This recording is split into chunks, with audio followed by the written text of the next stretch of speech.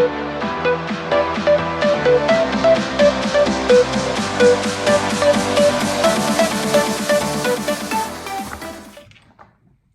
morning and welcome to episode 1 of Head Teacher to Ironman. My name is Zara and I am studying business and maths at St. Charles. I have volunteered to be a part of this project as part of my enrichment activities. Thank you for joining us today, and I hope you will subscribe our channel and join our community throughout the next 6 months and support the worthy causes that we are promoting. So, Mr. Twist, would you like to introduce yourself and tell us about this project? Yes, my name is Martin Twist and I am the principal at St Charles Catholic Sixth Form College in Ladbroke Grove in West London. It's a fantastic college. It's a fairly small college by FE standards. It's 1,100 students and about 110 members of staff. Fantastic students like Zara. There's 100% attendance, 100% punctuality, and is beating all of our targets and everything that she's studying. So yeah, it's a real honour and a privilege to lead the college as principal, and the challenge that I'm promoting, if you like, the project that we're taking part in is that I've signed up to the Copenhagen Ironman triathlon in August, which is a long distance triathlon that consists of a 2.4 mile open water swim, 112 mile bike ride, and then a marathon, back to back with no breaks. Why did you decide to share this challenge with the college and our wider community? It's a good question. I had been asked to do an assembly on motivation for what are called our high prior attaining students, so those students who did particularly well at GCSE. But on paper right now, what you have already proven up to 16 years of age is that you can compete with the top students in your age And group. after that I had lots of questions about something that I talked about, which was the endurance triathlon, the Ironman. And that got me thinking about the relationship between studies and training for an event over a long period of time, and some of the challenges of preparing for A-levels and things like that. And one thing led to another, and then it kind of became about some of the organisations that we work with, or organisations that I've worked with in the past or know of really well, and the opportunity to do something to mark the journey and to raise some awareness, raise some funds, and actually hold myself accountable. It's easy to say I'm going to do something, and I've wanted to do the Ironman for so long that people are bored of me saying I want to do an Ironman. So it was a part of me being accountable as well, was sharing the journey and saying, look, I'm going to sign up for this, I'm going to train really hard for it, and if we can do some good along the way for some really worthy causes, then fantastic. What can we expect to see in the weekly episode? Yeah, so I think we'll be looking at kind of training updates and how things are getting on, any lessons learned and comparisons with studies or that are relevant to students. We'll also be taking some question and answers off the comments page if anyone likes and subscribes, and they want to leave any comments, and if they ask any questions, we'll be looking at some of the questions that come up time and time again. Lots of people were interested in different aspects of the journey and the training and the nutrition and everything else. So we'll be looking at some questions and also featuring the charitable causes that we're raising money for, doing some interviews with them. So yeah, training updates and logs of how that's progressing and what it means to get there in a good shape to complete the challenge really well. So yeah, hopefully it'll be interesting. Hopefully a few people will watch. Hopefully some people will take part and, as we say, like and subscribe and donate what you can afford. It's something that sits well within the ethos of what we do at St Charles. We do a lot of promotional activities, and we do a lot of charitable work and volunteering and raise money for different charities. So hopefully this is something that people can get on board with and see the value in.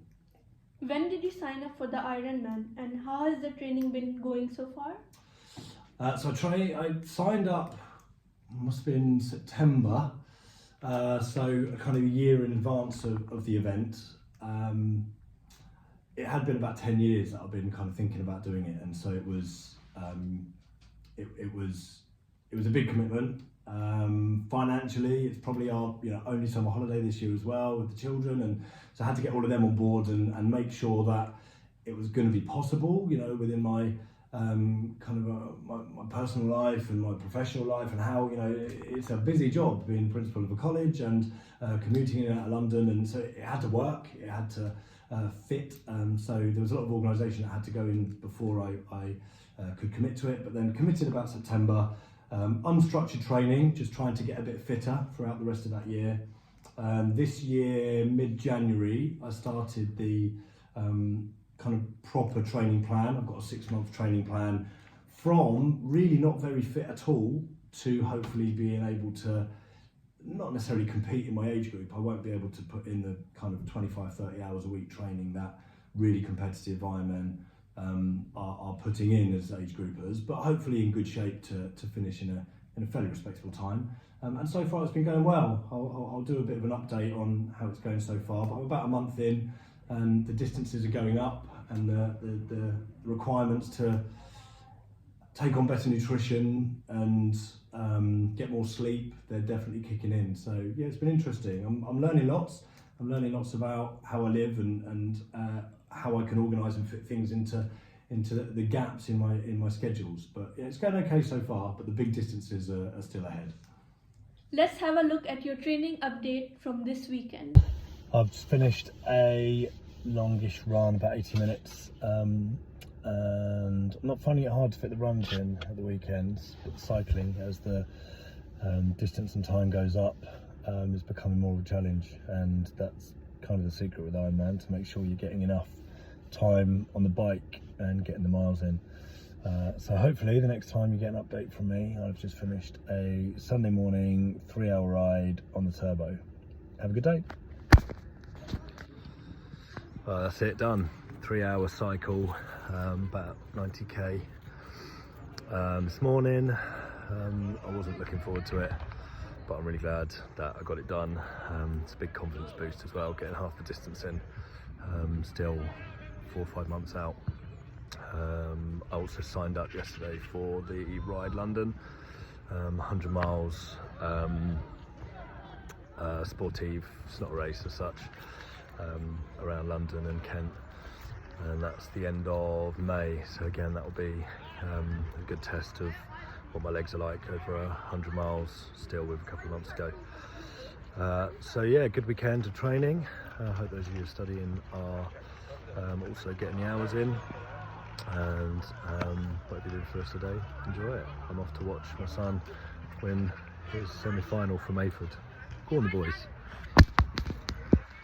So just back from a 2-kilometre swim, which means over the last 3 days I've got my 3 long workouts in on the bike, the run and the swim. So pleased with that. Looking to go a bit longer again next weekend, and then I'll factor in a recovery week the weekend after that, where the distances come down a little bit, to just let your kind of body take on and absorb all the training before going bigger again and longer again. But pleased with performance this weekend. What are we doing? Have a great week. See you next time. In our weekly updates, we'll be taking questions from the comments. What are some of the main questions that people ask you about completing the Ironman?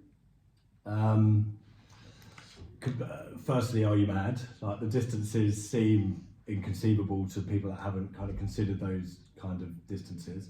Is it possible? You know, there's a lot of doubt about whether I can fit it in. You know, my working day, as I said, is long. My commute's long. You know, it's a busy college. It's a busy job, and then, you know, dad taxi duties every weekend, running around to football and all over the place. So firstly, it's, you know, is it the right time? Is it possible? Blah blah blah.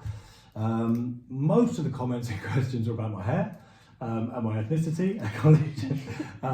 Even today, walking across here, she was like, "Is it true that your mum's from Trinidad?" And I get lots of comments and students asking about hair products and how many times I have to wash my hair if I'm doing all this running.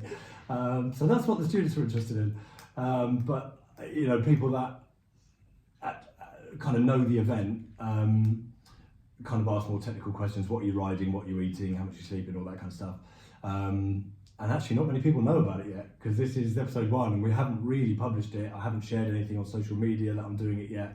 I have started the GoFundMe page, and a few close kind of friends and colleagues are aware of that and have chucked a few quid up. So that is alive and kicking. We will put the details and of the causes that we're raising money for and how to do that in the comments below. So do have a look. It's not something that I do often. I can't remember the last time I did any fundraising, and it's not about paying me to get fit. It is about doing a challenge that is significant, and taking the opportunity to raise money for some really, really great causes, and who we said before we will feature on this channel over the next few months.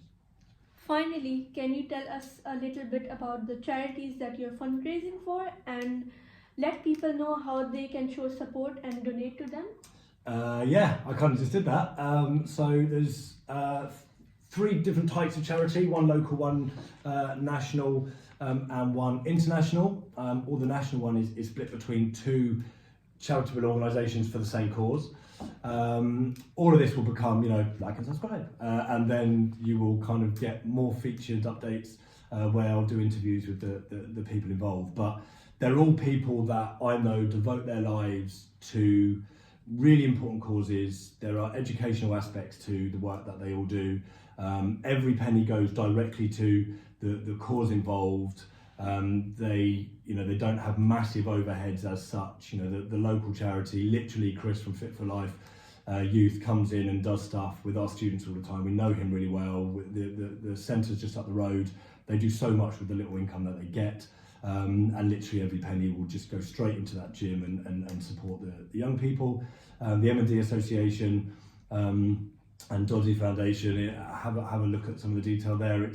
That's more technical in terms of that's a fight for a cure, and it's very expensive to do research into very, very sophisticated and very evil diseases that cause an awful lot of damage. It's one of the smaller, if you like, kind of national charitable causes and organisations that doesn't get as much attention as cancer charities and people like that we're far more familiar with, and also really fantastic charities, but and worthy causes that are seeking to do the same thing, which is ultimately improve people's lives. But Dr. Lee, who has kind of flagged the cause, is someone I know that has devoted his whole professional life to fighting for a cure for this disease. So that's the M&D Association, and then the international charity with Uganda Hands for Hope. Joe Kaminsky, who is just a great guy. I met 14 or 15 years ago when he came to do an assembly to some of our students to raise some funds there, and he'd gone to Uganda to do some volunteering work, kind of short term, with a big international charity, and when he got there was a little bit disillusioned with the kind of charity work that I hope I'm not speaking out of turn here, Joe, but he wanted to have more hands-on kind of involvement in the communities that he was there to volunteer for, and literally moved into the slum, and he's been there ever since. In Kampala in Uganda, and again, he's really keen to make sure that young people have an education, believes that education is a way out of poverty, but in the meantime providing that kind of financial support and other crucial support that enables young people to stay in education and to benefit from the opportunities that you and I have had to have a kind of more formal education and have other opportunities and further choices. Without the opportunities I had to go through formal education and attend university, I certainly wouldn't be doing what I'm doing now. And without the opportunity that you have to move on and make your fantastic applications to the universities and the opportunities that you're going to have. So Joe does that work with some of the poorest people in the world, and again, every single penny that is raised lands in their hands and goes straight out into the community. So we will feature them at other points in the series. So like and subscribe for more. Thank you so much for watching. See you guys next week. Thank you. Bye bye. And in case any of you are wondering, Mayford won their semi-final 2-0.